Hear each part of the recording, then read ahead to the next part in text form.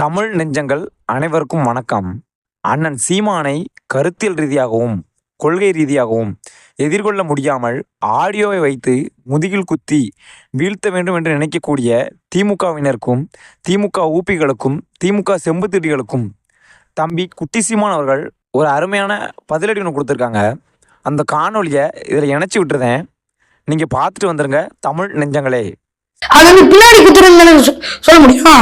இப்ப அதே கட்டணம் திமுகவுக்கும் நாம் தமிழருக்கும் நேரடியா போய் ஐயா சீமானவர்களை திட்டவும் முடியாது, பேச முடியாது. பேசினா ரொம்ப அசிங்கமாயிடும். வானா ரொம்ப அசிங்கமா போராடுவாங்க, அது போல ரொம்ப அசிங்கமாயிடும். அதனால பின்னாடி போய் ஆளுகளை வச்சு வா ரொம்ப கோபம் வருது, இவங்க ஏதாவது பண்றோம் அப்படின்னு சொல்ற மாதிரி வந்து இவங்க பண்ணிட்டு இருக்காங்க. ஆனா நாம் தமிழர் கட்சியில் இருக்கவங்க இவங்க கண்டுக்கிறதே கிடையாது.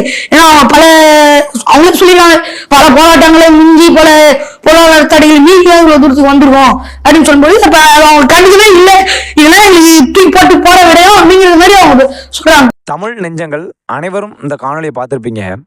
இந்த காணொலியிலிருந்து அண்ணன் சீமானை கொள்கை ரீதியாகவும் கருத்தியல் ரீதியாகவும் எதிர்கொள்ள முடியாமல் ஏதாவது ஒரு ஆடியோவை வெட்டி ஒட்டி அதை பரப்பி முதில் குத்தி வீழ்த்த வேண்டும் என்று நினைக்கக்கூடிய திமுக அடிவடிகள்கிட்ட நம்ம ஒன்றே சொல்லி கொடுத்தோம். ஏண்டா உங்களுக்கு தைரியம் இருந்தால் நீங்கள் ஆண்மகனாக இருந்தால் நேரடியாக மோதுங்கடா, கொள்கை ரீதியாக மோதுங்க, கருத்தியல் ரீதியாக மோதுங்க. அதை விட்டுட்டு அவருடைய தனிப்பட்ட ஒரு ஆடியோவை எடுத்து அதை பரப்பி அதை வெட்டி ஒட்டி அதை பரப்பி அப்படி வீழ்த்துன்னு நினைக்கிறீங்களா? என்னடா கீழ்த்தனமான அரசியல் பண்ணிக்கிட்டு இருக்கீங்க? திமுக அடிவடிகளா திமுக ஊப்பிகளா? உங்கள்கிட்ட தான்டா கேட்குறோம். இதே ஐயா முத்துவேல் கருணாநிதி ஸ்டாலின் அவர்களுடைய ஆடியோவை தனிப்பட்ட ஆடியோவை எடுத்து அதை நாங்கள் பரப்பினது எவ்வளோ கீழ்த்தனமான அரசியல். எங்களுக்கு அப்படி செய்ய தேவையும் கிடையாது. ஏன்னா அது ஒரு தனிப்பட்ட விஷயம், அவரோட தனிப்பட்ட அது ஒரு தனிப்பட்ட ஆடியோ, அதை பரப்ப வேண்டிய அவசியமும் நமக்கு தேவையில்லை. ஆனால் உங்கள் கட்சியோட கொள்கை அப்படியாடா? எவன் யார் கூட போகிறான், யார் எங்கே போகிறா, எந்த பெண்மணியாக இருந்தாலும் பரவாயில்ல, அவங்களுடைய ஃபோட்டோவை போட்டு அவங்களை அவமானப்படுத்தணும் அப்படிங்கிறது தான் நீங்கள் வச்சுருப்பீங்கன்னு நினைக்கேன். பெரியாரெலாம் இதெல்லாம் தான் உங்களுக்கு சொல்லி கொடுத்தாரா பெரியார்? அந்த ஆடியோவை போட்டு இந்த ஆடியோவை போடுதோம்னா அடுத்தவங்க வீழ்த்தணும்னா கொள்கை ரீதியாக வீழ்த்து, கருத்தியல் ரீதியாக வீழ்த்துங்க. அப்போ யாருமே எதுவுமே கேட்க மாட்டாங்க. அப்போ சீமான் கொள்கை தப்பாக இருக்கா அப்படின்றத பார்த்துட்டு மக்களே மாறுவாங்க. சீமான கொள்கை இப்படி தவறாக இருக்குது அப்படின்னு. அதை விட்டு சம்மந்தமே இல்லாமல் இந்த ஆடியோ போடுதேன், அந்த ஆடியோ போடுதேன், அப்படி போடுதேன், இப்படி போடுதேன், அந்த பெண்மணி அங்கே போணுச்சு, இந்த பெண்மணி இங்கே வந்துச்சுன்னு ஒரு பெண்மணியோட ஃபோட்டோலாம் எடுத்து நீங்கள் இடுமானம் காட்டி கூட ஒரு பெண்மணி ஃபோட்டோ எடுத்துருக்காங்க. அதை எடுத்து அவ்வளோ தரைக்குறைவாக போட்டு அவ்வளோ அத்தனை யூடியூப் சேனல் திமுக அடிவருடி யூடியூப் சேனல்லாம் போட்டுக்கிட்டு இருக்காங்க அந்த பெண்மணி ஃபோட்டோவை. அதாவது நம்ம வீட்லேயும் பெண்மணி இருக்காங்க, உங்கள் வீட்லேயும் பெண்மணி இருக்காங்க. புரிஞ்சுக்கோங்க. ஒரு பெண்மணியோட ஃபோட்டோவை சமூக வலைதளங்களை பயன்படுத்தலை, யோசிச்சு பயன்படுத்துங்க. சும்மா எடுத்த உடனே அந்த பெண்மணியோட ஃபோட்டோ போட்டு அவமானப்படுத்தி அந்த பெண்மணியை இழிவுபடுத்தி அடுத்து அந்த பெண்மணி அரசியலுக்கே வராத அளவுக்கு பண்ணணும் அப்படின்னு நினைக்கக்கூடிய திமுக ஊப்பிகளே, திமுக அடிவரடியாக இருக்குது 200 வேலை பார்க்கக்கூடிய அடிவரடிகளே, புரிஞ்சுக்கோங்கடா. இதுதான் உங்களுக்கு பெரியார் சொல்லிக் கொடுத்த பெண்ணுரிமையாடா? ஒரு பெண்மணியோட ஃபோட்டோ போட்டு அவங்க அவமானப்படுத்தணும், அவங்க அரசியலுக்கு வரவிடமாக்கணும்னு இல்லை? இதுதான் உங்களுக்கு பெரியார் சொல்லிக் கொடுத்த பெண்ணுரிமையா? பெரியார கொள்கையை ஏற்றுக்கிட்டு பெரியாரிசம் சொல்லக்கூடிய நீங்கள் ஏன் இப்படி பண்ணுதீங்க? கொஞ்சமாவது மாணவர்களோட வாழுங்கடா. இப்போ ஒன்றும் இல்லைப்பா, அந்த திமுக அடிவடியாக இருக்கக்கூடிய சேனல் பல சேனல் அந்த பெண்மணியோட ஃபோட்டோ போட்டிருக்காங்க.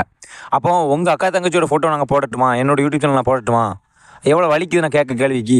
நான் இந்த பெண்மணி இழிவாக பேசலை, அந்த வழி உங்களுக்கு தெரியணும் அப்படிங்கிறக்கான அந்த கருத்தை முன்வைக்கேன். நான் மித்தபடி எந்த பெண்மணியும் தவறாக பேசுகிறவங்க நோக்கம் எனக்கு கிடையாது. எந்த பெண்மணியுமே யாருமே தவறாக பேசக்கூடாது, அதுக்காண்டி தான் அந்த கருத்தை முன்வைக்கேன். முதல்ல நீங்கள் பெரியாரிசம் பேசுனது போதும், பெரியாரிசம் நாங்கள் பெரியார கொள்கையை கொண்டு வந்து பேசுனது போதும், அதுக்கு தகுந்த நடந்துக்கோங்க. முதல்ல திமுகவும் சரி, திமுகக்கு சிங்கி தரக்கூடிய யூடியூப் சேனலாக இருக்கட்டும், பெரியார் கொள்கை ஏற்றுக்கிட்டு இருக்கீங்களா? பெரியார் சொன்ன கொள்கையில் 1% நடந்துக்கோங்கடா. பெண்களுக்கு முன்னுரிமை முதல் கொடுங்க. பெண்களுக்கு எங்கேயா திமுக முன்னுரிமை கொடுத்தீங்க பார்த்துருக்கீங்களா? அக்கா கனிமொழிக்கு மட்டும்தான் முன்னுரிமை. எந்த பெண்ணுக்கு முன்னுரிமை திமுகவில் இருக்குது? ஒன்றுமே கிடையாது. அது மாத்திரம் இல்லாமல் பெரியாரிசம் பேசக்கூடிய யூடியூப் சேனல் போனால் அந்த பெண்மணி அவ்வளோ இழிவாக பேசி போட்டிருக்காங்க. இப்போ இதுலேருந்து என்ன தெரியுது? நீங்கள் வெறும் பேருக்கும் பணத்துக்கும் தான் பெரியார் வச்சு கொண்டாடுறீங்களே தவிர பெரியாரிசம் நாங்கள் பெரியாரிசம் பேசுகிறோம்னு. பெரியாரிசம் பெண்களுக்கு முன்னுரிமை கொடுத்தான்னு சொல்லுது, ஆனால் நீ ஏன் கொடுக்கல?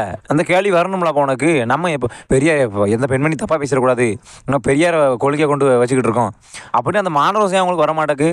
நீங்களா அந்த பெண்மணியை தவறாக போட்ட இந்த யூடியூப் ரூட்ஸ், இந்த அதரம் மனோஜி, இன்னும் ஒரு சில திமுக சில்லறை பயில்வை, இந்த பயில்வை பூரா நம்ம பெண்மணியை பெரியாரிசம் சொன்னீங்கன்னு வச்சுக்கோங்களேன், செருப்பு கொண்டு அடிப்பண்டவங்கள வாயிலே செருப்பால் அடிப்பேன்.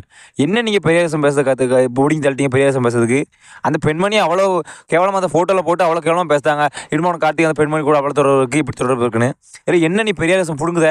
என்ன பெரியாரிசம் பேசுத நீ? மானங்கட்ட பயிலோடா. கொஞ்சமாக மாணவர்களோட இருக்க கற்றுக்கோங்க. பெரியாரிசம் பேசி துட்டுக்கும் பணத்துக்காண்டி பெரியாரிசம் பேசினா போதாது. அந்த கொள்கைப்படி நடந்துக்கோங்க முதல்ல. பைத்தியக்காரன் ஆய்வுலாம் முடிச்சுக்கணும் தமிழஞ்சங்களே.